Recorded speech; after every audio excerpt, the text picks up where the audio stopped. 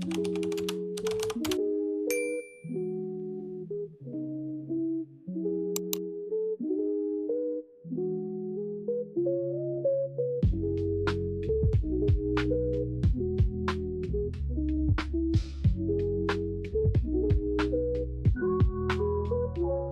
I'm Jaylene. Welcome back to my channel where we turn every page into a journey. Make sure to grab a nice warm blanket, a warm cup of tea, a good book, and let's start this cozy reading vlog.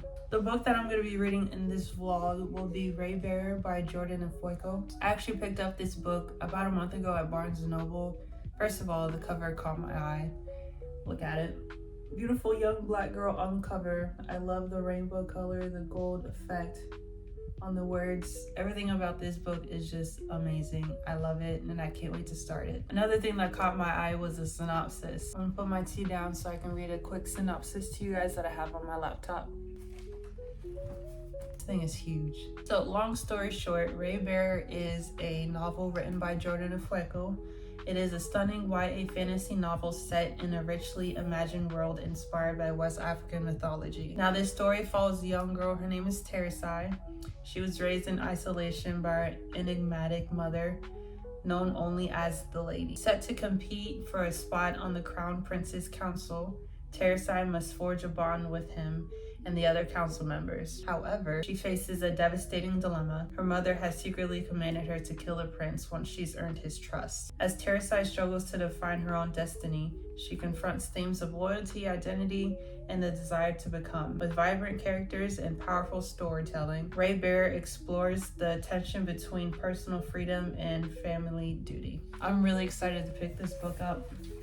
I do know it is part of a 2-book series. I think they call it a duology, or duet, excuse me. So the first book is Raybearer and the second book is Redemptor. I can't wait to start it. Also on the back of the book, it says, "What if you've sworn to protect the one you were born to destroy?"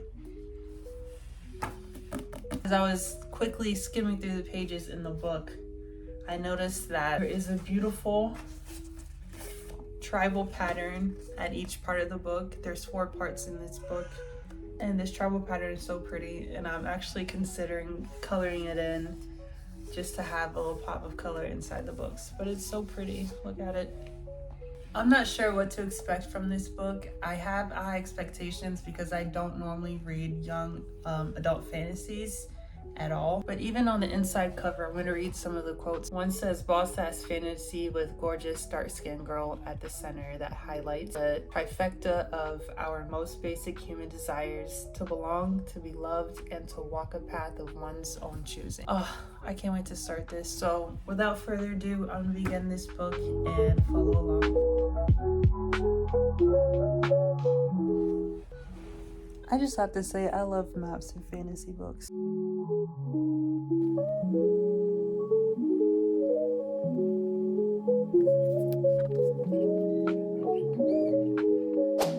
Good morning. It is the next day, and I actually have the house to myself today for once. That's never happened.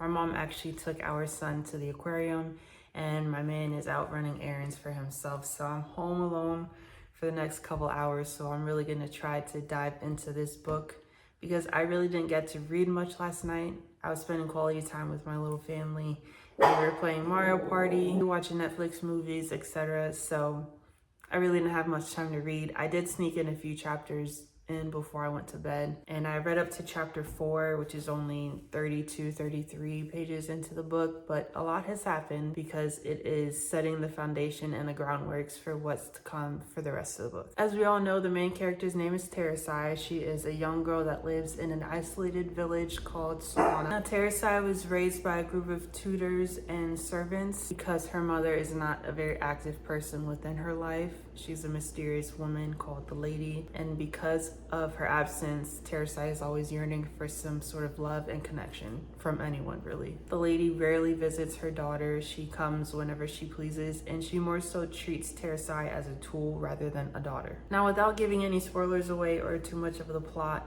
the Lady has a grand plan for her daughter Teresai to compete for a place in the Council of 11 in order to kill the Crown's Prince. Now, the Council of 11 is an elite group of 11 individuals who have magical connections to something called the Ray. For some weird reason, I feel like the lady has a vendetta against the actual emperor of the capital, and of course his heir is the crown's prince. So her mom has kind of put a curse on her, a magical curse, before she was even born, in order for her to fulfill the destiny of killing the crown's prince. Now that Teresa has this mission that she is reluctant to do, but she has no other choice but to do, she wants to form connections with people that she does meet within the capital. But then she also has this struggle of being her own person, finding self-worth, self-love, and we don't even know if she's gonna carry out her mom's grand plan, because that's not what she wants to do. However, it is destined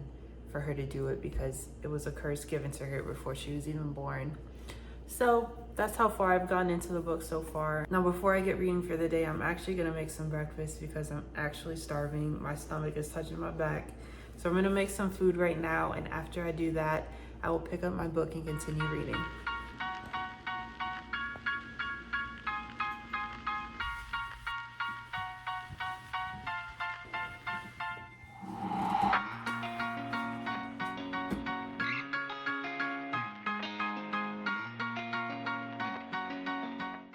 I had to step outside today because it's so beautiful. It's 70 degrees right now in Tampa, Florida, and the sun feels so amazing on my skin. So I'm gonna get outside for a little bit.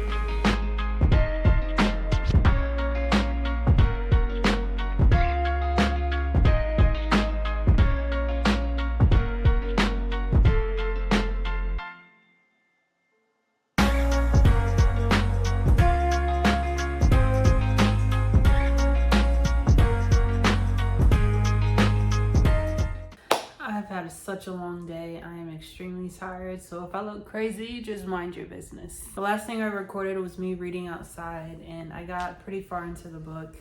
I'm not going to give much of an update right now because I really need to go to bed. I actually have to work my physical therapy assistant job tomorrow morning, and this is my first shift back postpartum, and I low-key don't want to do this, but I have to. I already said I would, and I'm not gonna quit on a commitment that I already set myself up for. So I need to go review my patients that I have tomorrow before I go to bed, just so that I'm prepared for work tomorrow. And then later in the evening, when I get the chance to read, I will give you guys an update. Good night.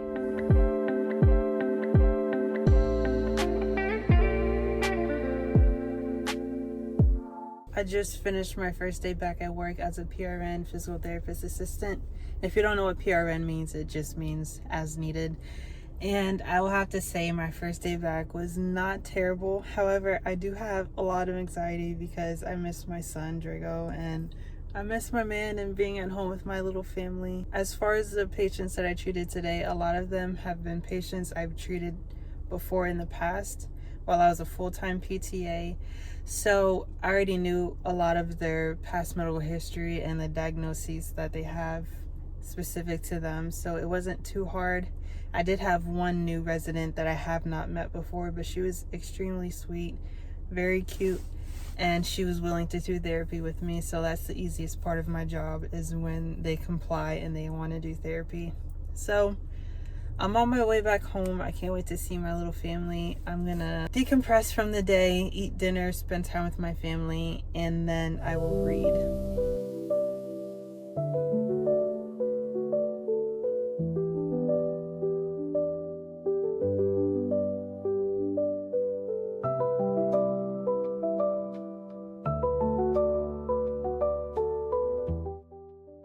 We definitely have a lot of catching up to do. So I'm finally halfway done with the book. I'm about 53% through, and I made it up to part 3 last night. And there's a lot going on, but I'm gonna try to give a little bit of an update without giving away any spoilers of the book. Teresa obviously made it into the Council of 11, because what would this book be if she didn't make it into the council? So that's not really a spoiler. However, in order for her to get into the council, there was a major event that happened, and inevitably she had to say yes to being within the council. Now that she has some sort of found family and friends within her Council of 11, she is still battling with her self-identity and self-worth. She does have more of a sense of belonging with her sisters and brothers, but she feels to me like she's still missing a part of her. She kind of has like a hole in her heart because her mother is this lady that is pretty much a piece of shit. She's not a good woman. She wants her to do her dirty work for her, which is just uncalled for. Now, as far as the world building, it is very intricate. I actually didn't know till about a quarter way into the book that in the back of the book, the author has an entire dictionary of a glossary of how to pronounce the words and what the definitions of each African word means, along with the cast of the book and how to pronounce their names. So that was very helpful. I wish I would have known that from the very jump, but it's okay. Now I'm learning how to pronounce everyone's names and using the glossary as reference so that I know what each word means and using context to understand what I'm reading. The politics of the book is quite confusing actually, because if you couldn't tell, the cast members within the book, there's a lot of people. So it's kind of hard to remember what each person does and what their specific power is. However, once you keep reading, they do repeat it quite often in the book and it kind of sticks a little bit, but using context clues helps you remember and understand what each person does and what their powers are. There was one quote in the book that was, I think, on page 39 or 49. Let me see if I can find it real quick. I found it. This quote is so sad. So Teresai was having a bit of internal conflict with wanting to get close to the crown's prince, but she knew her destiny and what she has to do, and she pretty much wants to keep him at arm's length. And she said, "Why does everyone always leave me?" And I thought that was such a sad quote for her to say, because it's true, everyone really does leave her in her life. She really doesn't have friends until she got into the council, and that's just really sad for a little child to go through. It's hard to talk about this book without giving any of the spoilers away, because I got to a major turning point within the book and I really want to talk about it with somebody, but then it'll just give away the whole plot of the book. But what I will say is Teresai is going on a journey in order to find a way not to fulfill the destiny that she was destined to complete. And I hope that she finds a way to complete this destiny without having to take out the crown's prince, because it seems like she's really forging a good friendship with him. And they're kind of teeter-tottering between friendship and going across that line. So we'll see if they remain friends or if they are destined to, come together. I don't really know the predictions of the rest of the book yet, but I do predict that she's gonna find a way to, write her own destiny and not fulfill the lady's destiny that she has for Teresai. So I'm gonna keep reading and I will keep you updated. There's one thing that I did want to add that I haven't mentioned before, and that is the magic system within the book. Now, everyone that is within the Council of 11, they each have a magical power specific to themselves. And this magical power is called Halo.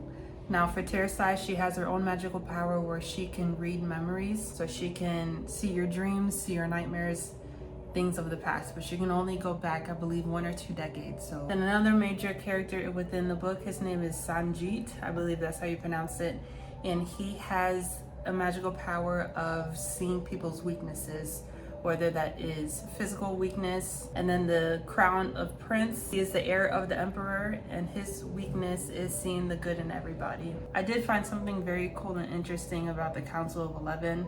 They all have telepathical communications, so they can talk to one another within their minds without having to speak out loud or being in front of each other in order to communicate. So yeah, I just wanted to throw that out there because I hadn't spoken about the magic system within Raybearer.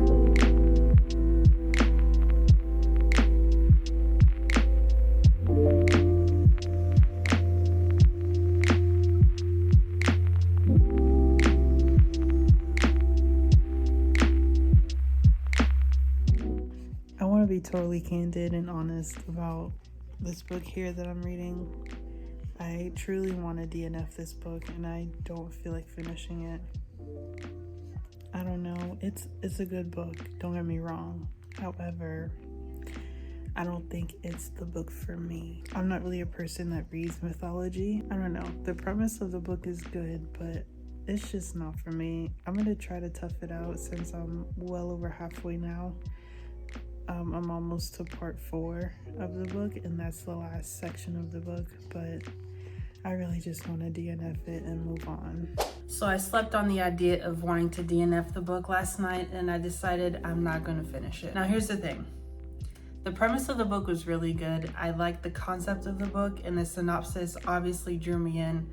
Otherwise, I wouldn't have bought the book in the first place. However, I could not connect to the characters. They felt a little too juvenile for me. Obviously, I know it's a YA, so obviously they're gonna be young. But for some reason, it was just kind of like child's play throughout the book. Secondly, the author was still introducing new concepts into the plot line well into the book, more than halfway. She was still introducing new characters, new powers called halos for certain people. And it was just too much going on. There was too many people, too many characters for me. I just couldn't keep up, I'm gonna be honest. I did look at spoilers. I'm not gonna say anything, but the spoilers I didn't really care about. I saw how the book ended, and I'm not gonna pick up the sequel called The Redemptor. Just don't care to. Now, I'm not saying this to deter anybody from reading this book. If you do like West African mythology and you like mythology in general, please read this book. It is still really good. There are a bit of trigger warnings within the book. I know there is suicide in the book. And other than that, I really didn't see any other kind of trigger warnings. But overall, it was a good book. I don't know if it's right to give ratings for a DNF book, but I guess I'll give it 2 or 3 stars. Obviously, I somewhat liked it because I got well over halfway into it, but I just don't want to finish it. I want to move on to another book. With that being said, I hope you guys enjoyed my video. If you want more videos such as this, make sure you subscribe, and I'll see you in the next one. Bye.